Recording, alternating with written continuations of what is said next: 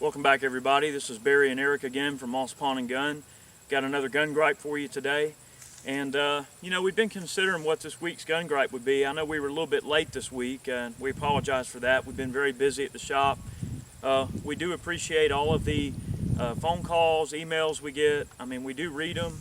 I know we've been very busy these last couple of weeks with a lot of things going on. But anyway, today's gun gripe is going to be about gun accidents.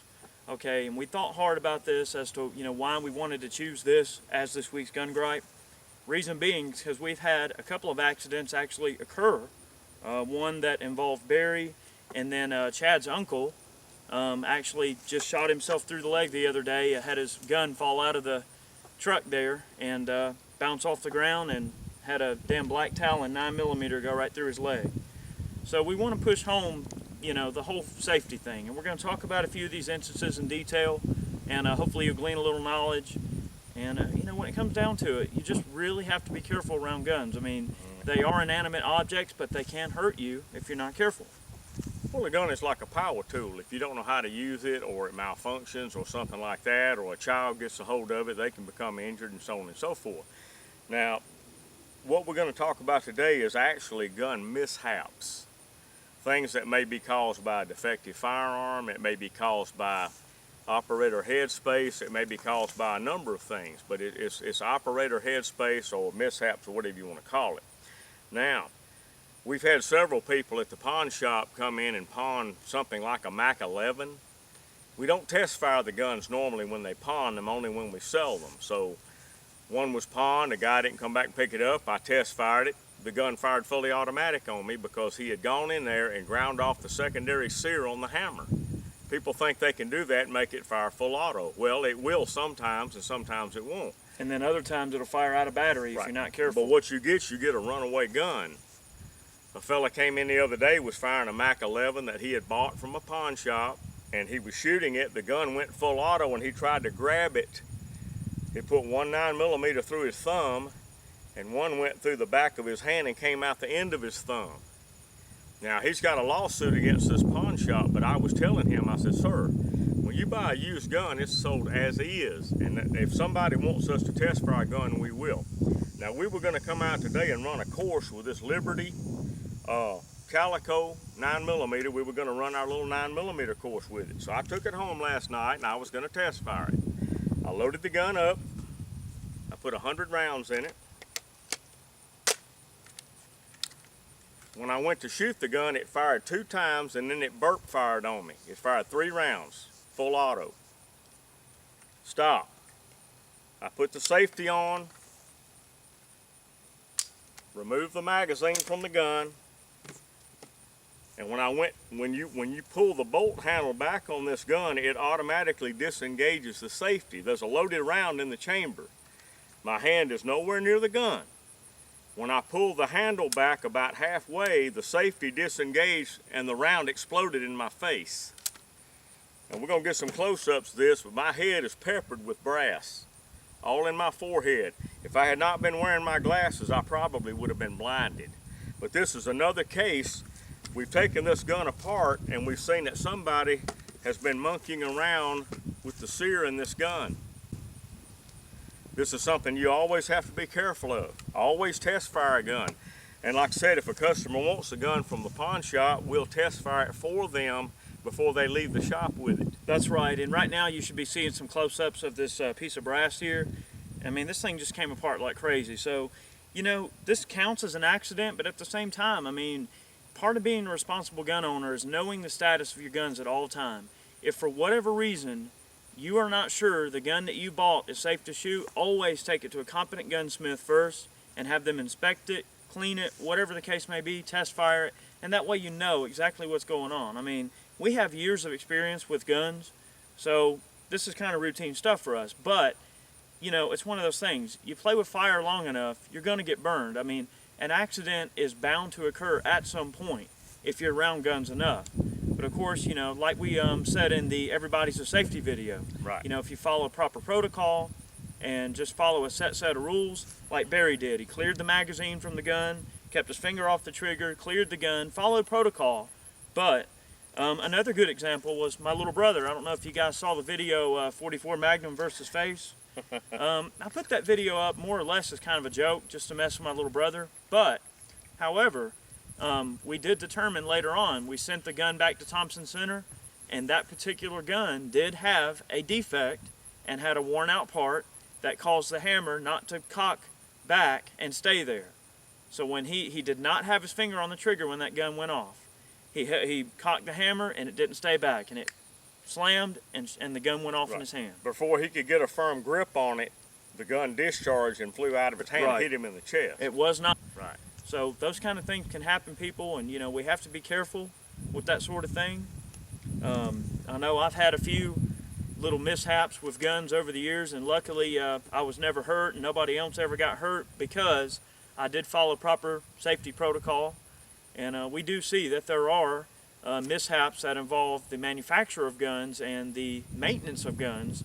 Sometimes rimfire rifles and pistols can get dirty, and what can happen is you get a few different things that can happen. One is called cushioning, and what happens there is where a ton of debris and dirt get in the recess of the chamber for the rim, and it causes you to get light strikes, which can, in some cases, result in a delayed firing or a hang fire, which can be dangerous. If you try to clear the gun too soon, it can go off.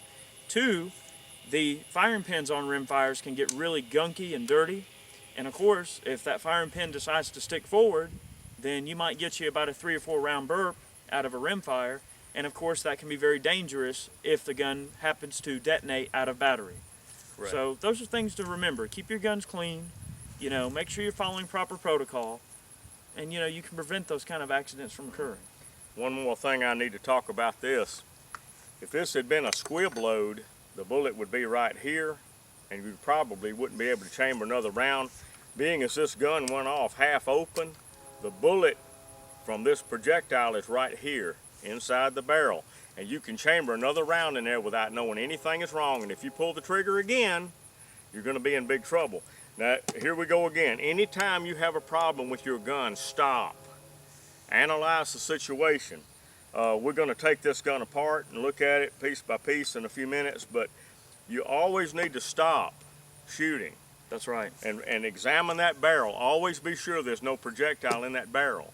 This gun is a super dangerous item to fool with right now. The gun may be a runaway gun. I have no earthly idea why this gun fired with the bolt half back. I have no idea. Well, we're going to get it apart and have a look at it, see what the deal is with it. But we're going to look at it. Now, I'm glad that Barry mentioned squib loads, because as you saw, if you look at the video I put up called Textbook Example of a Squib, Barry did get a squib round on the range while we were out here, and that does occur. So anytime something doesn't sound right, feel right, look right, always suspect that there's a round stuck in the barrel. Always, no matter what, even if you saw the complete round come out, just for safety's sake, always check the bore for obstructions before loading another round behind it. I mean, that's just safety, and that's, you know, we're not safety Sallies. You know, we like to have, you know, good, common fun, just like every other American does with guns. But we have to remember, you know, these kind of things hitting home like they did, it makes you realize that safety is an important issue, and you should always take it seriously at all times. I mean, Barry got some brass in the face, but it could have been worse. My little brother caught a TC against the shoulder when it went off in his hand. But again, it could have been worse. And the 9mm through the leg could have been a lot worse too. Well, yeah, I mean, if he would have hit a major artery and didn't get help in time, or bone, he'd have bled to death in a matter of minutes. Well, I mean, if he would have hit bone, you know, he would have had some major surgery required to correct it after the fact. Now, this has really got nothing to do with gun safety, but right now out here it's not super hot. It's about 82 degrees. The rounds in this bag are so hot you can't touch them. They are hot, hot, hot in the sun. Those are now, warm. This is another little gun fact. If you've got rounds that are loaded, let's say near maximum, and they get hot like this, that makes them even hotter. Am I not right? You're right. Right. It depends on the powders used, but temperatures can cause chamber pressures and velocities to fluctuate. But these rounds are so hot, you can't touch them more than about a half a second. And these rounds right here, if we shoot them right now, they're going to be a little warm. That's right. Literally. So people, we just wanted to kind of drop this gun gripe on you. I know this is a little bit out of the norm. I know we're out here in the field. We're not in the store like we normally are. We do have more gun gripes coming. I know we didn't post a firearms fact this last week, but we've been very busy. And again, we appreciate all the phone calls. We do get a ton of phone calls from you guys. I mean, it's getting to the point now where we're averaging probably at least 8 to 15 phone calls in an average day. An average day. Of people just calling to say thanks, we love the channel, here's a gun gripe idea. Look, people, that's fine. Y'all want to call us, that's all good and fine. We do take those into consideration. We will take requests into consideration. We don't respond to every comment and every PM, but I do read them, every single one. So I do keep a mental log of some of the ideas you guys have, and we do have some of them in the queue to get done. So, but the fact that y'all missed a video or two last week is going to be made up for in the near future, because we've got other special things that are going on, and we hope that y'all keep watching, and we love all of our subscribers and so on and so forth, and just keep the calls coming and keep encouraging us. That's right, and we appreciate the support. And I know a lot of you guys that watch the channel, you guys are customers of ours. We appreciate you coming in and spending your hard-earned money. I know money these days is not easy to come by, but we appreciate you doing business with us. And we have a lot of fun projects planned for the YouTube page coming up in coming months here. It's going to be nice. You guys are going to like it. And also, one thing I want to mention too is with the video quality and video production, I am trying to take steps to improve the video quality and maybe step up to a little bit nicer camera here soon. So you should see an increase in the quality. Definitely want to do that. Also, one thing you've probably noticed in recent days too is the increase in the length of the videos. We've tried to sacrifice length, and we're trying to kind of go towards quality. So we don't mind going with a little bit longer video as long as you guys think the information's where you need it to be. A good example is the newest Kel-Tec video we put up on the Sub 2000. Really took our time to try to make sure you got a good, wholesome review on that with honest facts, and we hope you guys enjoyed that. And stuff like the investments for preppers video I put up, more of that stuff will be coming down the pipeline. We do have more involved hand loading videos that'll be coming up, chronograph tests. We haven't stopped doing the hand loading stuff. It just kind of got on the back burner there for a while, but we do plan on having more gunsmithing stuff rolling down the pipeline. So look, people, if you guys like these gun gripes videos, I encourage you to check out some of the other content. We really work hard to produce it, and we hope you guys like it. And we definitely got more of this stuff coming down the pipeline. We sure do. Hope y'all keep tuning in. Indeed.